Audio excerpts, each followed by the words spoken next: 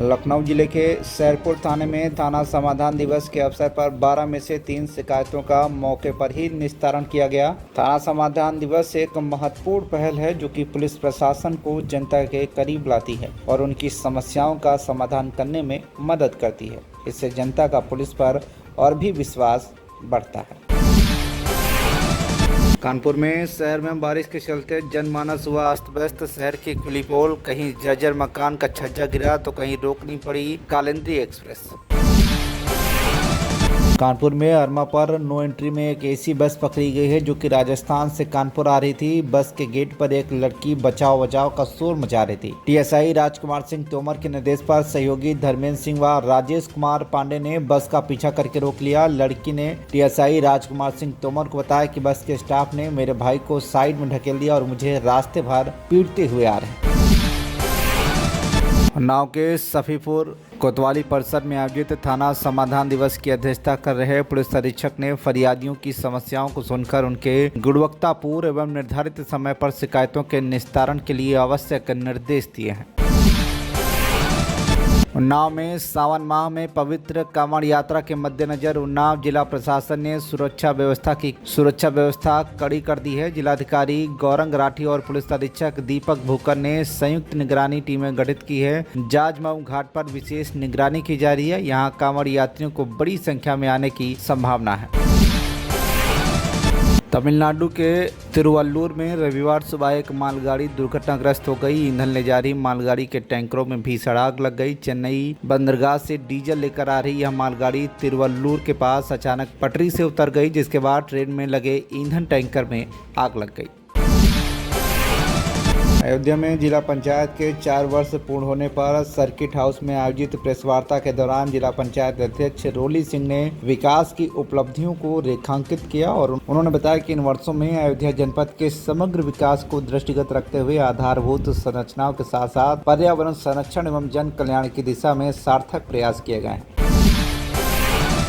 महोबा जनपद के महोबकंठ थाना क्षेत्र के अंतर्गत ग्राम सौरा में बीते 24 घंटे से जारी मूसलाधार बारिश ने कहर बरपा दिया है। गांव निवासी गोकुल पुत्र खुबा अपनी पत्नी के साथ खेत की रखवाली कर रहे थे। उसी खेत में बना अस्थायी कच्चा मकान बारिश की वजह से शुक्रवार रात अचानक ढह गया।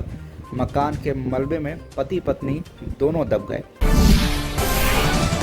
इटावा में थाना बसरेहर क्षेत्र के अंतर्गत एक अंतर जनपदीय अभियुक्त को पुलिस मुठभेड़ के दौरान गिरफ्तार कर लिया गया। उक्त अभियुक्त पर पहले से ही लूट, डकैती और हत्या का प्रयास आर्म्स एक्ट के 18 मुकदमे चल रहे हैं। एक अभियुक्त अंधेरे का फायदा उठाकर भागने में सफल रहा, जिसकी गिरफ्तारी है तो पुलिस टीम प्रयासरत है। 2025 को थाना चौबिया व थाना बसरेहर की संयुक्त टीम द्वारा एक अभियुक्त नीरज पुत्र जवाहर निवासी थाना तिरवा जनपद कन्नौज को मुठभेड़ के बाद गिरफ्तार किया गया है। बदमाश की टांग में गोली लगी है। एक पुलिस कांस्टेबल अंकित भी घायल हुआ है। पकड़े गए बदमाश के पास से एक स्विफ्ट डिज़ायर गाड़ी बरामद हुई है जिसमें 6 चोरी की हुई बकरियां भरी हुई थी। इसके पास से एक तमंचा 315 बोर, 3 खोखा कारतूस व 2 जिंदा कारतूस भी बरामद हुए हैं। पकड़े गए बदमाश का एक लंबा चौड़ा आपराधिक इतिहास है। इसका एक साथी अंधेरे का लाभ उठाकर भागने में कामयाब हुआ है। घायल अभियुक्त नीरज व कांस्टेबल अंकित कुमार को उपचार के लिए CHC बसरेहर सरकारी वाहन से भेजा गया है। इटावा में एसएसपी इटावा ब्रजेश कुमार श्रीवास्तव द्वारा प्रेषित विस्तृत एवं प्रामाणिक रिपोर्ट के आधार पर जिलाधिकारी इटावा द्वारा गौवध अधिनियम व आबकारी अधिनियम में संलिप्त वाहनों पर जब्तीकरण की कार्रवाई की गई।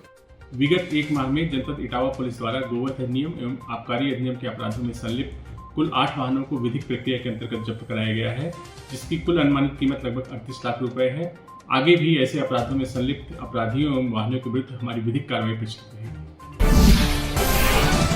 अयोध्या कोतवाली रुदौली व थाना बाबा बाजार में हुई चोरी का खुलासा किया गया है। दोनों चोरियों में 4 शातिर चोरों को गिरफ्तार किया गया है। गिरफ्तार चोरों से चोरी किए गए 100% माल को बरामद किया गया, जिसमें सोने और चांदी के आभूषण भी शामिल थे। रुदौली क्षेत्र में हुई चोरी में कानपुर के 3 शातिर चोर शामिल थे, जो कि ई-रिक्शा से चलकर अयोध्या पहुंचे थे।